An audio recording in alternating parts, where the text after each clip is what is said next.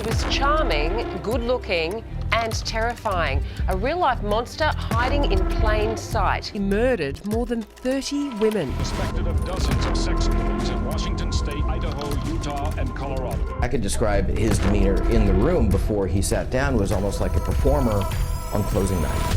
I don't remember any moment like this in my life. His demeanor was puzzling to all of us as we 40 witnesses in there, and I'm sure going through everybody's head in there is, why is he smiling at us? He didn't look like anybody's notion of somebody who would tear apart young girls. You've been involved in how many homicides? No, we came up with 30. Could have been well over 100, but we'll never know that. Hello everyone, मेरा नाम है John and welcome to this crime documentary. हम सब ने कभी ना कभी serial killers के बारे में पढ़ा और सुना ही होगा। And if you are into crime then तुम्हें ये पता होगा कि what type of people they are. They are impulsive, they are reckless, they are mentally unstable and they are socially awkward. पर आज जिस सीरियल किलर के बारे में मैं बात करने वाला हूँ, he is complete opposite of what I now just said. तुमने थंबनेल और टाइटल तो पढ़ ही लिया होगा, so let's not waste our time and let's get to the video.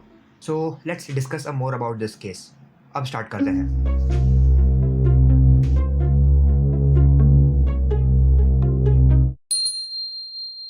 Theodore Robert call का जन्म 24 नवंबर 1946 में Elizabeth Lund home for unwed mothers, Burlington, Vermont, USA में हुआ था। टेड के बायोलॉजिकल फादर के बारे में कोई भी पब्लिकली अवेलेबल इंफॉर्मेशन नहीं है। And as for his mother, Ted की माँ का नाम एलेनोर लुइस कॉल था। एलेनोर एक बहुत ही डीपली रिलीजियस फैमिली से आती थी।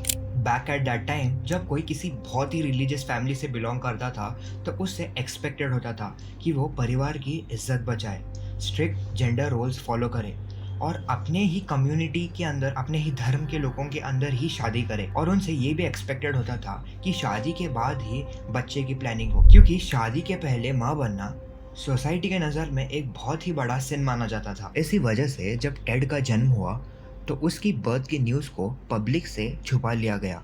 टेड के जन्म की खबर सिर्फ एलेनोर, उसके पेरेंट्स और जिन्होंने डिलीवरी की थी, सिर्फ उन्हीं लोगों को पता थी। Back at that time society इतनी हार्श थी कि ऐसे केसेस में लड़की को ही ब्लेम किया जाता था। इसीलिए एलेनोर की फैमिली ने to escape the shame and criticism decide करा कि वो अब से टेड की रिस्पॉन्सिबिलिटी लेंगे। उन्होंने टेड को अडॉप्ट करने का एक झूठा नाटक किया ताकि लोग उनसे कोई सवाल जवाब ना करें, और उन्होंने एलेनोर को टेड की सिस्टर की तरह पोर्ट्रे किया। यहाँ तक कि ये बात टेड को भी अपने स्टार्टिंग डेज में पता नहीं थी। उसे यही लगता था कि जो उसके ग्रैंड पेरेंट्स हैं वही उसके पेरेंट्स हैं और एलेनोर उसकी सिस्टर ही है। टेड बचपन से ही काफ़ी इंटेलिजेंट था। क्लास में कोई भी टेस्ट हो वो हमेशा उसमें एक्सेल करता था। इसी वजह से क्लास के जो मेंटर्स थे उसे पसंद भी करते थे। स्पीकिंग ऑफ हिज हाउस, उसके घर का एनवायरनमेंट काफ़ी टॉक्सिक था। टेड को खुद ही के घर में काफ़ी आइसोलेटेड और रिजेक्टेड फील होता था। टेड को अक्सर इंटरपर्सनल रिलेशनशिप समझने में दिक्कत होती थी। यही एक रीज़न रहा होगा जिसकी वजह से टेड ने अपना पूरा स्कूलिंग आइसोलेशन में निकाला without having a single friend. वो अपनी लाइफ में इतना ज़्यादा अकेला रह चुका था that now he started to self doubt himself. उसे फ्रस्ट्रेशन होने लगा और ये फ्रस्ट्रेशन धीरे धीरे बढ़ते जा रहा था, क्योंकि टेड को बचपन से वो बेसिक केयर, लव और प्रोटेक्शन मिला ही नहीं जो एक बच्चे को अपने पेरेंट्स या क्लोज लोगों से मिलना चाहिए। और जब एक बच्चा छोटी सी एज से ही इमोशनल कनेक्शन फील नहीं करता तो उसका डेवलपमेंट वहीं से बिगड़ने लगता है। उसके अंदर ट्रस्ट और अटैचमेंट जैसे इमोशंस प्रॉपरली डेवलप नहीं हो पाते। तुम में से कई लोगों ने ये सेइंग सुना होगा, a child is not born a monster but they are shaped into one. और टेड के केस में उसे शेप करने वाला इन्फ्लुएंस था उसका ग्रैंडफादर सैम कॉल। सैम की पर्सनालिटी आउटवर्डली काफ़ी रिस्पेक्टेबल थी बट इनवर्डली काफ़ी अनस्टेबल भी थी। सैम बाहर से अपने आप को एक स्टेबल, एक रिस्पेक्टेड फैमिली मैन बताता था, लेकिन अंदर से वो एक शॉर्ट टेम्पर्ड, कंट्रोलिंग और एक कोल्ड इंसान था। Sam often showed no empathy. वो अक्सर एनिमल्स को जान से मार देता था just to play with them और लोगों के साथ वर्बली क्रूअल होता था। टेड भी धीरे धीरे यही सारी चीज़ें अपने अंदर अडेप्ट करने लगा। जैसे जैसे टाइम बीतते जा रहा था वैसे वैसे टेड के बिहेवियर में काफ़ी अनसेटिस्फाइंग अनसेटलिंग चेंजेस दिखाई दे रहे थे। अपने अंदर के नेगेटिव इमोशंस और फ्रस्ट्रेशंस को निकालने के लिए काफ़ी यंग एज से ही टेड ने नाइफ्स इकट्ठे करने शुरू कर दिए थे। फिर उन्हीं नाइफ से छोटे छोटे इंसेक्ट्स को वो डिसइंसेक्ट करता था and he used to really like that. वो पहले इंसेक्ट्स पकड़ता and then he used to cut them, और फिर जो बॉडी पार्ट्स उसे अच्छे लगते थे he used to keep them as a memento, as a gift, and he was really enjoying it. और ये सब चीज़ें दिन भर दिन और इंटेंस होती जा रही थी। टेड की आंटी के अकॉर्डिंग एक बार जब वो सो रही थी तो टेड ने उसके चारों तरफ नाइफ्स रख दिए, और जब वो उठी टेड उसे देखकर काफ़ी क्रीपी तरह से हंस रहा था। टेड के जो नेबर्स थे उन्होंने भी टेड की कंप्लेंट्स की रखी थी। टेड पर एलिगेशंस थे कि वो स्ट्रे कैट्स को कपड़े पहनाता था और फिर उन कपड़े पे आग लगा देता था। टेड को बचपन से ही लोगों से कनेक्ट करने में काफ़ी दिक्कत होती थी। उसने कभी लोगों से इमोशनली कनेक्ट करना सीखा ही नहीं। इसी वजह से what he did was, instead of understanding the emotion, वो उनके इमोशंस को मिमिक करना स्टार्ट करता है। मई 1951 ये वो दिन था जिस दिन टेड की ज़िंदगी पूरी तरह से बदल गई। इस दिन उसे पता चला कि जो उसके पेरेंट्स हैं वो एक्चुअली उसके ग्रैंड पेरेंट्स हैं, और जिसे बचपन से लेकर अब तक वो अपनी बहन मानते आ रहा था वो अब उसकी माँ बन चुकी थी। Because now he understood that she was not his sister, पर वो उसकी असली माँ थी। और इसी दिन एलेनोर ने जॉन बंडी से शादी की और ऑफिशियली टेड को अडॉप्ट करा। स्पीकिंग ऑफ टेड और जॉन के रिलेशंस कैसे थे, टेड और जॉन के रिलेशंस उतने कुछ खास नहीं थे। टेड को जॉन बिल्कुल भी पसंद नहीं था, क्योंकि टेड की नज़र में वो बस एक डम और एक बोरिंग सा इंसान था। अपने कॉलेज के दिनों में टेड ने पहली बार किसी एक लड़की के लिए स्ट्रॉन्ग फीलिंग्स डेवलप करी थी। First time he feels that emotion जो उसने अभी तक कभी फील नहीं किया था। जिससे टेड प्यार करता था उस लड़की का नाम था डियान एडवर्ड्स। एक इंटेलिजेंट, क्लासी और अपर क्लास फैमिली से बिलोंग करने वाली लड़की। डियान हर एंगल से टेड से काफ़ी अलग थी। वो कॉन्फिडेंट थी, सोफिस्टिकेटेड थी और फाइनेंशियली सिक्योर थी। टेड उस वक्त बस एक एवरेज लुकिंग, ऑकवर्ड और फाइनेंशियली स्ट्रगलिंग लड़का था, लेकिन डियान ने उसमें इंटरेस्ट दिखाया और धीरे धीरे दोनों डेटिंग करने लगे।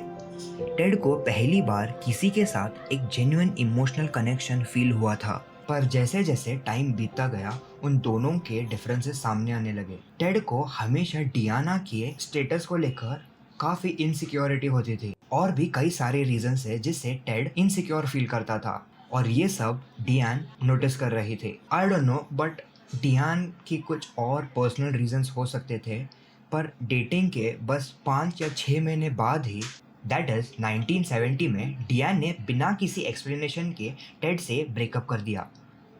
ये सडन ब्रेकअप टेड के लिए एक झटका था।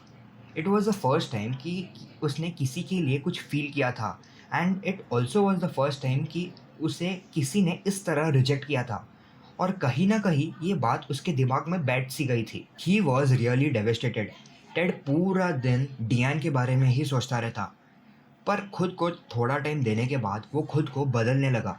टेड ने अपने अपीयरेंस पे काम किया, कम्युनिकेशन स्किल्स बेटर की और अपनी एक नई इमेज क्रिएट की। 1971 में कॉलेज के लास्ट फेज में टेड ने सिएटल के सुसाइड क्राइसिस हॉटलाइन सेंटर में वॉलंटियरिंग का काम शुरू किया। वहाँ लोगों की हेल्प करता था, उनके सुसाइडल थॉट्स को सुनता और उन्हें मेंटली सपोर्ट करता। उसने अपने आप को पूरी तरह ट्रांसफॉर्म कर लिया था।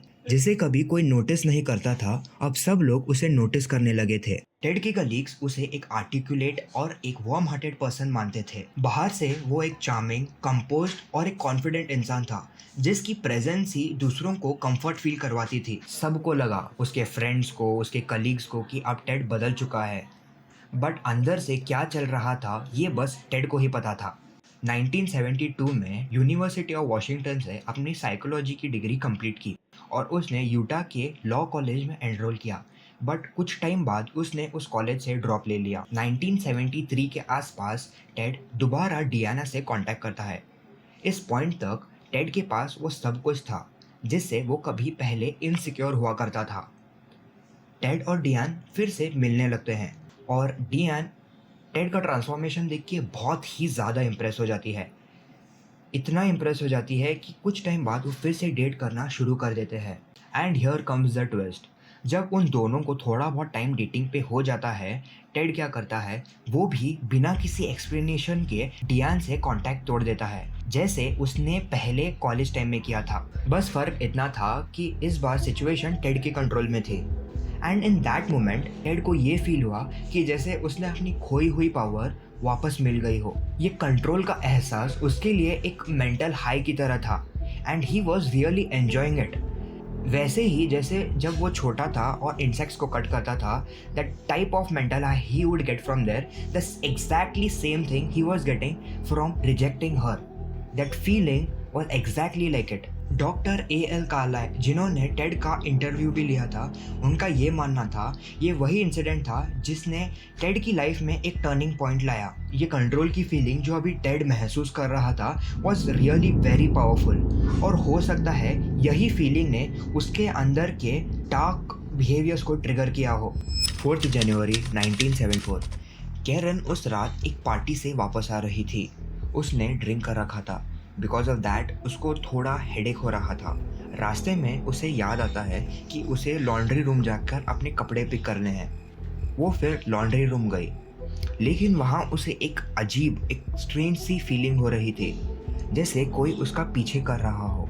पर उसने पी रखी थी, so she thought it must be an illusion. Karen अपने कपड़े लेकर रूम में आती है और वो सीधा सोने चली जाती है। लगभग रात के 3 बजे एक आदमी चुपके से कैरन के रूम में घुसता है और एक मेटल रॉड से कैरन पर एक जोरदार अटैक करता है। कैरन सेवियरली इंजर हो जाती है। Before he could hit her again, उसे रूम की तरफ अप्रोचिंग फुटस्टेप सुनाई देते हैं। इसीलिए वो कोई रिस्क नहीं लेता और वो वहाँ से चला जाता है। फॉर्चुनेटली कैरन की जान बच जाती है, but the sad part was she was really very badly injured. Feb 1, 1974 रात के 2 बजे 21 साल की एन, एक स्मार्ट और disciplined student, university of Washington के डॉम के ग्राउंड फ्लोर रूम में सो रही थी। कमरा बिल्कुल ही शांत था। उस वक्त पीछे से एक आदमी तकरीबन 6 फीट का बैक साइड से अंदर आता है। अब वो विंडो से आया या फिर डोर से आया वो एग्जैक्टली तो नहीं पता, बट वो बहुत ही साइलेंटली रूम के अंदर एंटर करता है। वो सीधा एन के कमरे तक गया। एन वहाँ पे सो रही थी, तो उसने एक मेटल रॉड उठाए और एन के सर पर एक जोरदार ब्लो मारा। That blow was so powerful that Ann की ऑन स्पॉट डेथ हो जाती है। एन अब इस दुनिया में नहीं रही। एन की लाइफलेस बॉडी को अब उसने वही आसपास पड़े ब्लैंकेट से लपेटा और चुपके से वो उस अपार्टमेंट से बाहर आ जाता है।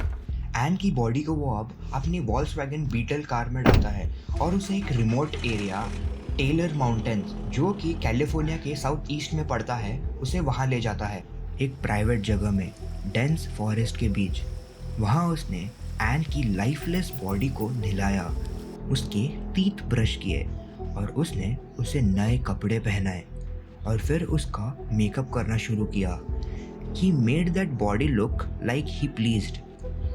फिर उसने उस बॉडी के साथ इंटरकोर्स किया and this didn't stop there. उसने एन की बॉडी के साथ मल्टीपल बार इंटरकोर्स किया ओवर सेवरल वीक्स, जब तक उसकी बॉडी कंप्लीटली डीके होना शुरू ना हो गई हो। अब तक तुम्हें पता चल गया होगा कि वो कौन था, और जिनको पता नहीं चला, let me tell you, he was Ted.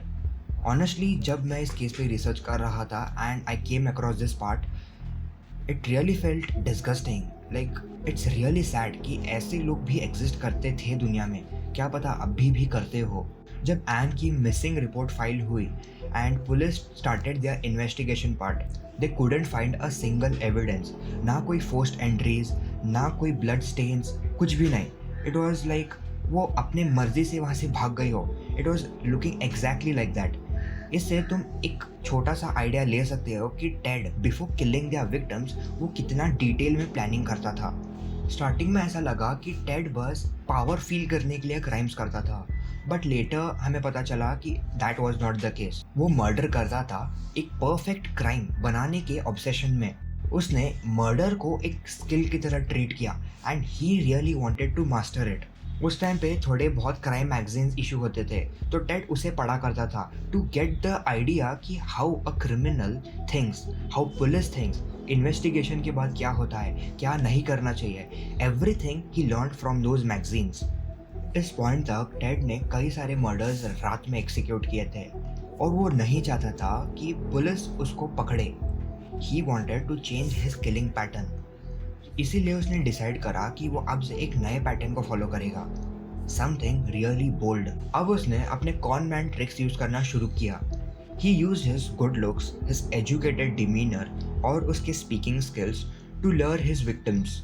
You know, as per psychology, अगर कोई गुड लुकिंग है तो people are most likely to help them. This is basically a natural response. Since Bundy was a psychologist, उसने इसी का फायदा उठाया। वो रैंडमली लड़कियों को राइड के लिए इनवाइट करता। कभी कभी वो अपना हाथ स्लिंग में डाल लेता और कभी क्रचेज यूज करता। जिन्हें स्लिंग का मतलब नहीं पता, let me tell you, it's basically plaster जो हम हाथ पे या पैर पे डालते हैं whenever we break our bones. Ted खुद को हेल्पलेस पोर्ट्रे करता था। He used to have a bunch of books in his hand and जब भी कोई भी लड़की वहाँ से पास करती थी, वो पर्पसली उन बुक्स को नीचे गिरा देता था और उन्हें हेल्पलेस होकर उठाने की एक्टिंग करता था। टेड की पर्सनैलिटी तो अट्रैक्टिव थी ही। He also had great speaking skills और वो बहुत अच्छी तरह से ड्रेस भी करके आता था। इसी वजह से कभी कोई लड़की उसे थ्रेट कंसिडर नहीं करती थी and she would happily give him a helping hand. फिर टेड अपनी विक्टिम्स को अपनी कार की तरफ ले जाता था, जो कि उसने ऑलरेडी एक रिमोट एरिया या फिर एक सुनसान जगह पे पार्क कर रखी थी, जहाँ पे लोगों का आना जाना उतना नहीं होता था। और फिर एक सही मोमेंट देखकर वो उन्हें मार देता था। And it is still not confirmed कि वो उन्हें वही मार देता था या बस किडनैप करता था। But after that he used to take him to remote areas, as I said, like Taylor Mountains, और भी ऐसे कई सारे फॉरेस्ट थे जहाँ पे वो उन्हें ले जाता था और लेटर उन बॉडीज के साथ नेक्रोफिलिक एक्ट्स परफॉर्म करता था। फिर वो उन बॉडीज को जंगल, माउंटेन्स और आइसोलेटेड एरियाज में छुपा देता था, क्योंकि उसका फोकस बॉडी को डिस्पोज करना नहीं होता था। His main focus was to hide those bodies and later perform necrophilic acts. Ted अपने किलिंग्स में कुछ ज्यादा ही कॉन्फिडेंट था। जब भी पुलिस क्राइम सीन इन्वेस्टिगेट करने आती थी, जो कि उसने ही किया रहता था, he used to still walk there freely. वो वहाँ जाता और पुलिस से इंटरैक्ट भी करता and he used to ask them about the details कि यहाँ पे क्या हुआ है and he would offer his help कि क्या वो कुछ हेल्प कर सकता है। यू मस्ट बी थिंकिंग कि टेड अपने विक्टिम्स को सेलेक्ट कैसे करता था, क्योंकि अगर वो इतनी डिटेल में प्लानिंग कर सकता है देन डेफिनेटली जो उसके विक्टिम्स थे वो रैंडम नहीं होते रहेंगे। He must have already selected it, but वो कैसे, ये मैं तुम्हें वीडियो के आगे बताता हूँ। जब टेड अपनी किलिंग स्ट्रीक पर निकलता था, so there were multiple times जब वो फेल हो जाता था। सो टेड वुड इंश्योर कि इस बार जो उसने गलती की है वो अगली बार वो ना करे and this way he used to improve himself. Ted ने एक या दो नहीं बल्कि बहुत सारी लड़कियों का मर्डर कर दिया था इस पॉइंट तक, और पुलिस भी बहुत पहले से इन केसेस पर इन्वेस्टिगेट कर रही थी, बट उन्हें भी कोई सॉलिड एविडेंस नहीं मिल रहा था या फिर कोई सॉलिड लीड नहीं मिल रही थी जिससे केस में कोई इम्प्रूवमेंट हो। मल्टीपल आई विटनेसेस ने कहा कि लास्ट टाइम जब उन्होंने विक्टिम को देखा था तो उन्होंने उसके आसपास एक स्लिंग पहना आदमी या फिर क्रचेस पहना आदमी देखा था। टेड ने मल्टीपल सिटीज में किडनैपिंग की थी। एक दिन सारे सिटी पुलिस ऑफिसर्स जो भी मर्डर केसेस में इन्वॉल्व थे उन सब ने एक जॉइंट डिस्कशन रखा। इस डिस्कशन का पॉइंट ये था कि उनके पास जो भी लीड्स, प्रूफ या जो भी है वो आपस में डिस्कस करेंगे और एक कंक्लूजन निकालेंगे, शायद उन्हें कोई लीड मिल जाए।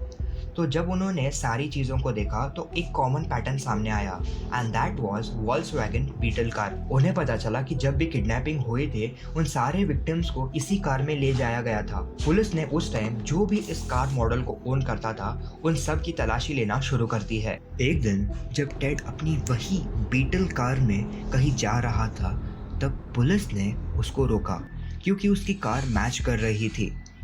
जब उन्होंने कार की तलाशी ली तो अंदर से उन्हें हैंडकफ्स, क्रोबार, रस्सी का गुच्छा, आइस पिक और भी कई कुछ सस्पिशियस आइटम्स मिले।